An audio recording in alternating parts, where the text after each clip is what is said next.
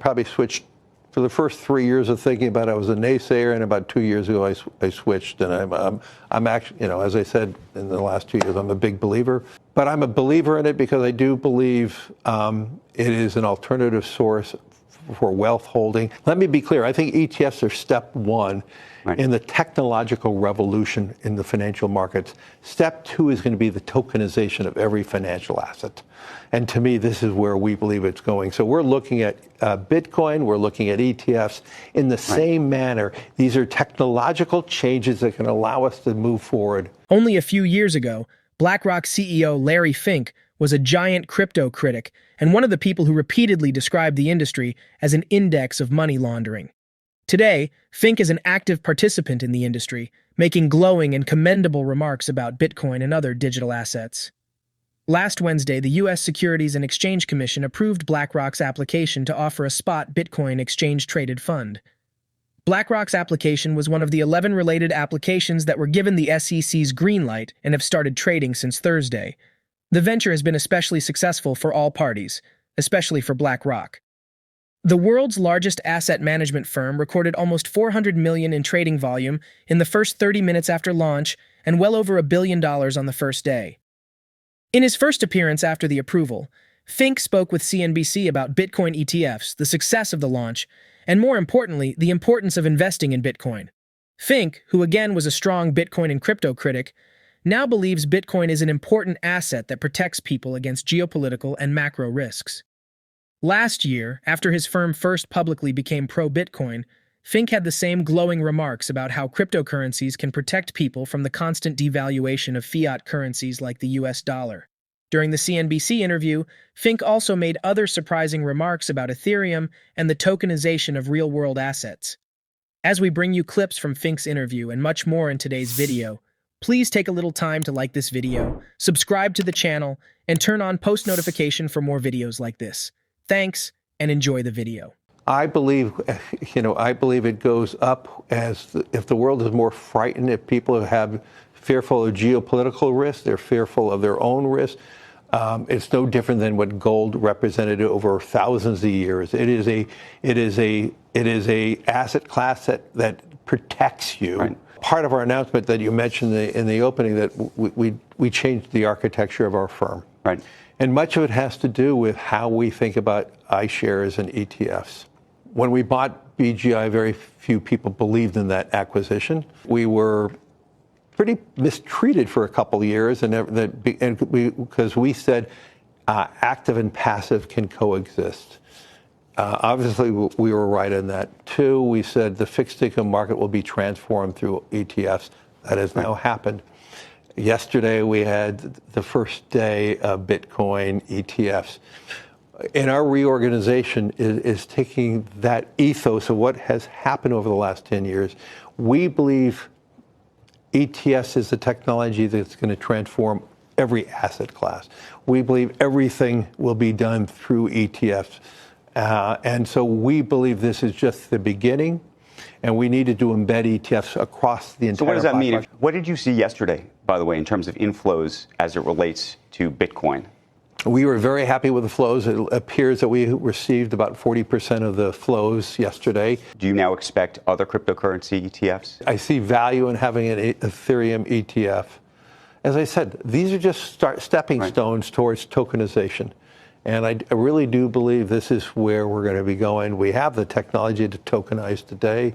If you want to think about this. If you had a tokenized security and you have a tokenized identity, you, Andrew, the moment you buy or sell an instrument, it's known. It's on a general ledger that is all created together. You want to talk about issues around money laundering and all that. This eliminates all corruption by having a tokenized system. Larry Fink's choice of words is quite interesting, especially how he frequently used the words, "I believe," when referring to Bitcoin and the overall digital assets industry. It should also be noted that the firm's interest is not limited to Bitcoin or Bitcoin ETFs. As Fink has explained, they aim to be a part of the entire action, and that action is the complete technological revolution of the financial industry through digital assets. Last March, Fink said tokenization would be the next generation for the markets. On a less cheery note, SEC Chair Gary Gensler also recently interviewed with CNBC. The SEC chairman talked about the Bitcoin ETF approvals and how grudgingly they were given. He also made a huge statement about this not being a sign that the commission approves Bitcoin and other cryptocurrencies. We will bring you clips from Gary's interview, but please ensure you stick around because there are some more clips from a better interview after this.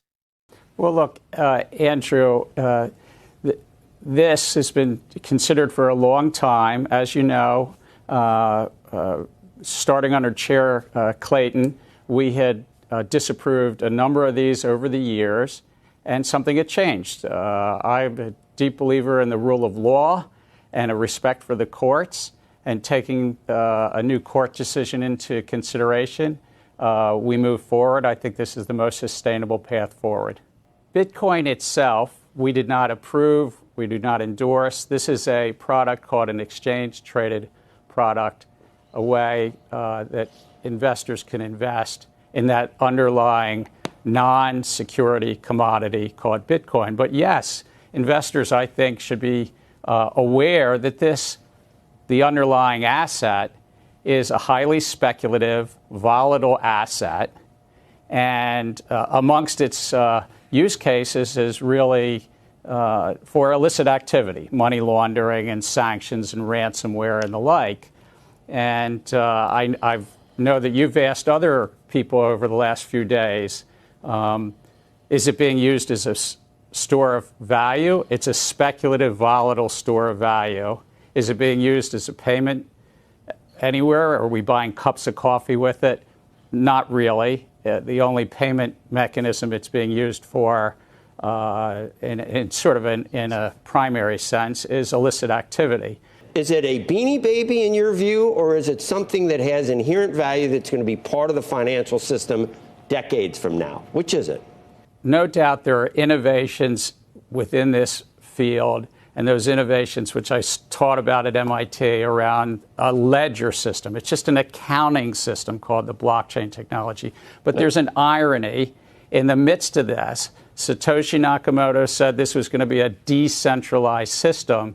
And finance, this has led to centralization. Think about the irony of those who say this week is historic. This was about centralization and traditional means of finance that investors who could already express themselves in Bitcoin, you could already, before this week, buy it through major brokerage houses, but now you can buy it through this thing called an exchange-traded product but the underlying as well, asset still has centralized. The underlying asset still has the decentralized, distributed ledger, all those characteristics. That sounds like a... I don't know. That sounds like no, Andrew. With all respect, there's a lot of centralization here, and even the underlying ledger is largely the Bitcoin's produced by a handful of mining companies and the like. And so I'm just saying now, in terms of monetary history, we have a dollar, we have a yen, we have a euro, we have the renminbi, and there's a reason for it because we do have a common economy that relies on those currencies. How do you think about other cryptocurrencies? People are now talking about whether there should be an Ethereum ETF and the like. Does the court decision around Bitcoin to you act as a precedent on other currencies? I look at what we did this week as it's cabined to one non-security commodity called Bitcoin, like we've had gold, spot, exchange-traded products and silver exchange-traded products in the past and approved in the past. This is cabined just to that one non-security commodity token. Fink wants an Ethereum ETF, but Gary is saying we might not have more. Who do you think wins this battle in the long run? Please drop your comments in the comments section below. In other news, Coinbase CEO Brian Armstrong, fortunately someone with a better understanding of the industry, has also recently interviewed with CNBC. During the interview, Brian talked about the importance of this historic moment for Bitcoin and the entire industry, and what he expects going forward. This is a monumental step for the crypto industry and for Coinbase too. And the reason is that, look, there's 52 million Americans who have been using crypto over the past decade. And I think they've been hungry for some kind of acknowledgement from government and the SEC in particular that this asset class is here to stay. And they finally got that. It took a long time. I want to give a big shout out to Grayscale, which is one of the firms that pursued this in the court to finally get it to fruition. But it finally happened. We had a number of ETFs approved today. And of course, it was a big day for Coinbase too, because we were named as the custodian in 10 out of 13 of these applications. So I think this means that over time, we'll see new pools of capital come into Bitcoin. But more importantly, we had a huge regulatory milestone that showed the legitimizing power of this industry. How much does this impact your business? Well, we're not sharing any kind of projections or revenue numbers, but I can tell you this is very win-win. And the reason is that, yes, we're going to generate revenue as the custodian of 10 out of 13 of these ETFs. And that's great for these new pools of capital that want to come in and get exposure to Bitcoin. But our existing customers and our retail app, where we've had all these people come in and get crypto to date, they don't just want exposure to Bitcoin. They also want to use Bitcoin for a variety of things. They want to use the other crypto assets out there for commerce and staking and Web3 and decentralized identity. And so, this is the future of money we're talking about here. People who've been buying crypto for the last decade and using it, the 52 million Americans, they already had an option, right? They could come to Coinbase and they're going to continue to do that. This ETF is really about unlocking new pools of capital that weren't previously available. They didn't have a way to get exposure to crypto. And so now they can come in and get exposure to Bitcoin. That's great. New pools of capital come in.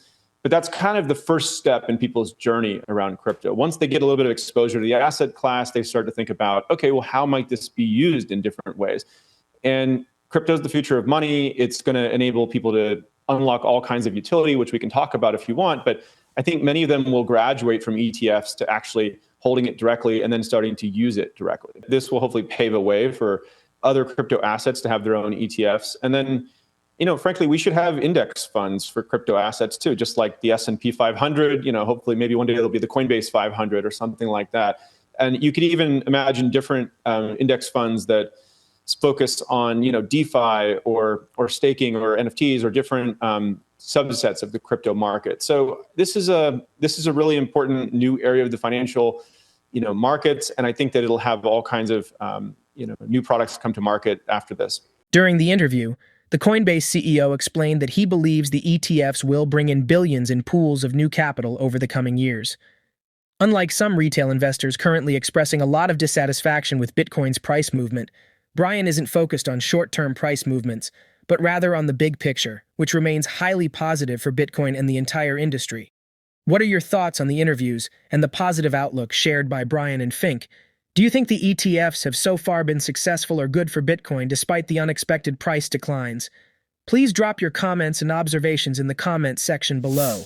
Also, ensure you like this video, subscribe to the channel, and turn on post notifications for more videos like this. Thanks for watching. Hey Savvy Finance enthusiasts, massive shout out for being the heartbeat of Savvy Finance. Your support has been the wind beneath our wings, and we can't express our gratitude enough. Now buckle up because we've got an exclusive deal just for you. Ever wanted a slice of the action? We're offering a golden opportunity to own part of our YouTube channel's potential future revenue. This isn't just an investment, it's an invitation to be a part of our story. Investing means you're not just an investor, you will be a participant in the future of Savvy Finance. No cheesy lines, just a genuine call to embark on this journey together. But wait, there's more. Your mission, should you choose to accept it, become a Savvy ambassador. Share our videos on every platform: Facebook, Twitter, LinkedIn. Your shares amplify our visibility, potentially translating to more views and more YouTube revenue. Here's the kicker. If our viewership increases, we would not be just growing financially. We would be making a tangible impact by spreading valuable financial education. Now the icing on the cake. Invest and you'll score exclusive access to our private Savvy Finance Discord. Here you can chat with Savvy Finance, swap ideas with fellow investors, and be at the forefront of exciting developments. Click on the link below to register your Gigastar account. You can also find the link to my offering page in the description below. Get your Gigastar account ready, review the offering details, and let's embark on this thrilling venture together. To the incredible Savvy community, thank you for being the backbone of our success. Your journey is my journey, and together, we're creating waves. Cheers.